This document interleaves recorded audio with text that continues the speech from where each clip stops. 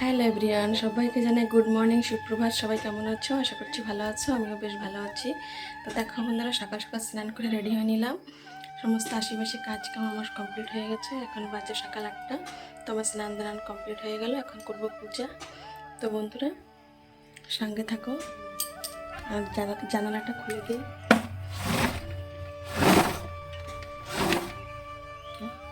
বাইরের একটু সূর্যের রশ্মি পড়বে ঘরে, সেজন্য খুলে দিলাম। তো চলো বন্ধুরা, সারাদিন কী করছি না করছি সারাদিন সমস্তটাই তোমাদের সঙ্গে শেয়ার করবো। সঙ্গে থাকো, দেখতে থাকো, ভিডিওটি স্কিপ না করে। আশা করছি তোমাদের ভিডিওটি ভালো লাগবে। যদি ভালো লেগে থাকে অবশ্যই একটা লাইক করে দিও, চ্যানেলটি সাবস্ক্রাইব করে আমার পাশে থেকো। তো চলো পূজা করি। পূজা করার পরে আবার তোমাদের সঙ্গে শেয়ার করছি। প্রত্যেক দিন যেটা করে থাকি সেটাই আমার ভগবানকে দর্শন করাবো তোমাদেরকে। তো খুব গরম পড়ে গেছে, স্নান করে এসেছি তবু এত গরম লাগছে। চলো বন্ধুরা সঙ্গে থাকো। তো বন্ধুরা দেখো, ফাইনালি আমার পূজা দেওয়া কমপ্লিট হয়ে গেল। এইমাত্র পূজা দিয়ে নিলাম। তো দেখো, আমাদের গাছে 2টা নীলকণ্ঠ ফুল ফুটেছিল, তো ভোলানাথের মাথায় দিলাম ফুল দুটো। তো মা আজকে অনেক ফুল নিয়ে এসেছিলেন। দেখো সমস্ত ফুল দিয়ে সাজিয়ে, কত সুন্দর করে সাজিয়ে পূজা দিয়ে নিয়েছি। তো এখন চলো এই জল ভর্তি ঘরটা দরজার সামনে দিয়ে দেবো।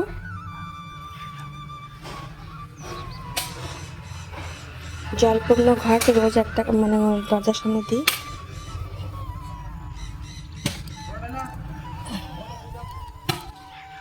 জলপূর্ণ ঘট দরজার সামনে দিলে নাকি অনেকটাই শুভ, যাত্রা শুভ হয়, সেই জন্য দিয়ে থাকি। তো তোমরা কে কে দাও অবশ্যই কমেন্ট করে বলো।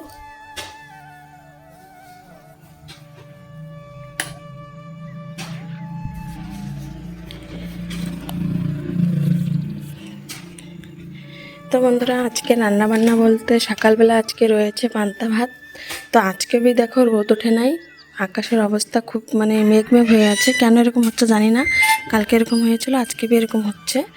তো কেন হচ্ছে সেটা জানি না, কি লঘুচাপটা এসেছে কিনা বুঝতে পারছি না। তো দেখো, তো সেই জন্য না আমি আজকে আচারটা রোদে দিতে পারছি না। আমার আচারটা কি খারাপ হয়ে যাবে নাকি সেটাও বুঝতে পারছি না। তো এখন পান্তা ভাত রয়েছে, কিছু একটা ভাজবো। ভাজার পরে পান্তা ভাতটা আমরা 3জনে খেয়ে নেবো, আমার হাজব্যান্ড, আমি, আমার শাশুড়ি মা। তারপরে দুপুরে রান্নাবান্নার প্রস্তুতি করব।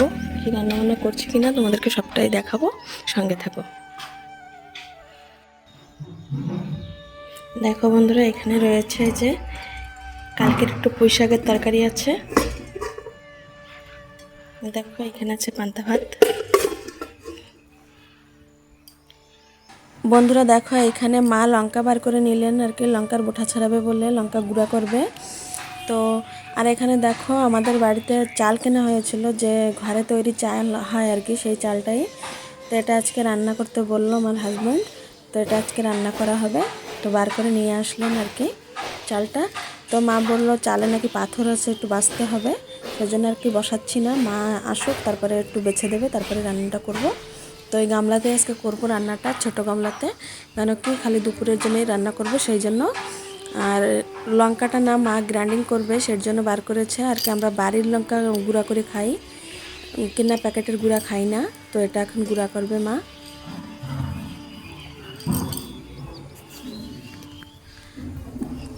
তো চলো বন্ধুরা, এখন গ্যাস ট্যাস মুছে নিয়ে, একটু মোছাই রয়েছে কিন্তু সকালবেলা যেহেতু বাসি গ্যাস বাসি চুলা না, সেই জন্য একটু মুছতে হবে। তো চলো সঙ্গে থাকো, একটু মুছে নিই, তারপরে আবার আসছি। তারপর দেখো বন্ধুরা, এখানে বসিয়ে দিলাম একটু পাস্তা আর ম্যাগি। এটা আমি খাবো, সেজন্য পান্তা ভাতটা খাবো না। তো মা আর আমার হাজব্যান্ড খাবে পান্তা ভাত, আর আমি এই ম্যাগি আর একটু পাস্তা মিশিয়ে আর কি রান্না করছি, এটাই খাবো। তার পাশে দেখো বন্ধুরা, এখন রান্না করছি একটু ফুলকপি ভাজা করব। আমার বর বললো আর কি একটু ফুলকপি ভাজতে পান্তা ভাত দিয়ে খাওয়ার জন্য, সেই জন্য আর কি একটু ফুলকপি ভাজা করব, আলু দিয়ে ফুলকপি দিয়ে ভাজা। আর এখানে দেখো আমার নুডলসটা অলরেডি হয়ে গেছে আর কি, একটু গরম আছে, একটু পরে খাবো। আর এখানে ফুলকপি ভাজাটাও হচ্ছে, অর্ধেকটা হয়ে গেছে, আর একটু হবে, একটু পোড়া পোড়া করবো আর কি। আমাদের বাড়িতে সবাই একটু ওরকমই পছন্দ করে, সেজন্য একটু পোড়া পোড়া টাইপের করবো, একটু সময় নিয়ে ধীরে ধীরে করছি। তো বন্ধুরা সঙ্গে থাকো, দেখতে থাকো।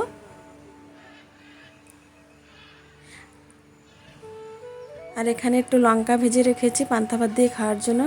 কটা লঙ্কা ভেজে তুলে রেখেছিলাম ফার্স্টে তেলে দিয়ে আর কি।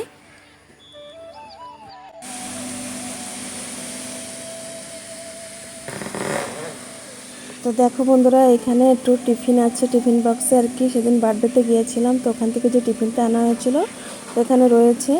তো দেখো এটা এখন ফেলে দিতে হবে, কেন কি এটা আর খাওয়া যাবে না, সেজন্য।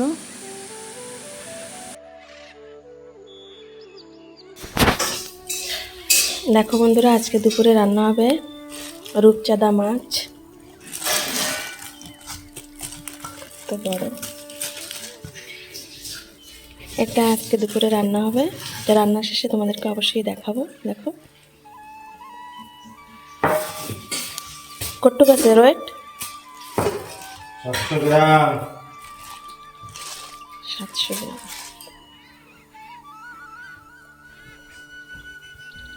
কইলাম আমি দিচ্ছি। দেখো ফাইনালি আমার কপি ভাজা কমপ্লিট হয়ে গেল।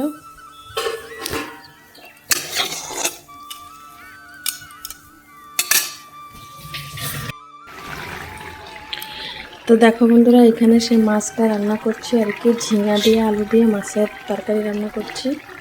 এই যে আমরা দেখতেই পাচ্ছি, কিছুই দিই না, খালি তেলের উপরে জিরা ফোড়ন দিয়ে একটু টমেটো কুচা দিয়ে আর কি আলু ঝিঙা দিয়ে মাছের তরকারি রান্না করছি। তো এটা এখন হয়ে গেছে, আর একটু জিরা গুঁড়া দেবো, জিরা গুঁড়া দিয়ে নামিয়ে নেবো আর কি। দেখো জিরা গুঁড়া দেবো, ভাজা জিরা গুঁড়া করে রাখছিলাম সেটাই আর কি দিয়ে দিলাম।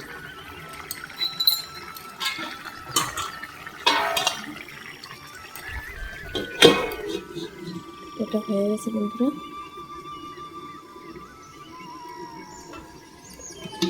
গ্যাসটা এখন বন্ধ করে দেবো কিছুক্ষণ পরে। আর এখন দেখো ভাজা মাছটা রয়েছে, যে রূপচাঁদা মাছটা আনা হয়েছিল সেই মাছটা আর কি 3 পিস মতন তরকারিতে দিয়েছি। আর এখানে ভাজা রয়েছে সবটা। তো তরকারিটা হয়ে গেছে, এখন আমি ভাজবো শাক, সের জন্য আর কি রসুন ছুলছিলাম। দেখো রসুনটা অনেকটাই খারাপ হয়ে গেছে, তো রসুন আনতে হবে। দেখো তো বেশি বেশি বার করছি, তাতে একটা বের করেছি। তো এই কটা আর অল্প কটা আছে, বের করবো, তারপরে আর কি শাক ভাজাটা করবো। আর এখানে ভাত হয়ে গেছে। এই যে দেখো মা শাক কেটে দিয়েছে, শাক কাঁচা লঙ্কা পেঁয়াজ কুচাই দিয়েছে, তালের পরে রসুন পেঁয়াজ দিয়ে আর কি শাকটা বসাবো। জি, তো এখন শাকটাকে ভাজা করবো। ভিডিও বানাচ্ছি।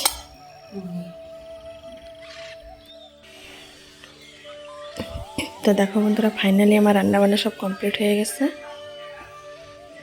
এখানে হচ্ছে ভাত, তোমাদেরকে দেখালাম না। দেখো মাছের তরকারি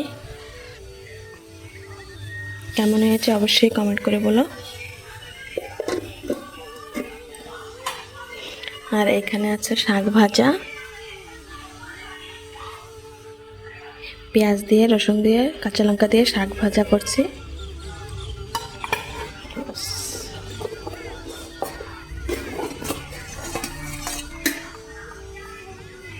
আর এটাতে মাছ ভাজা।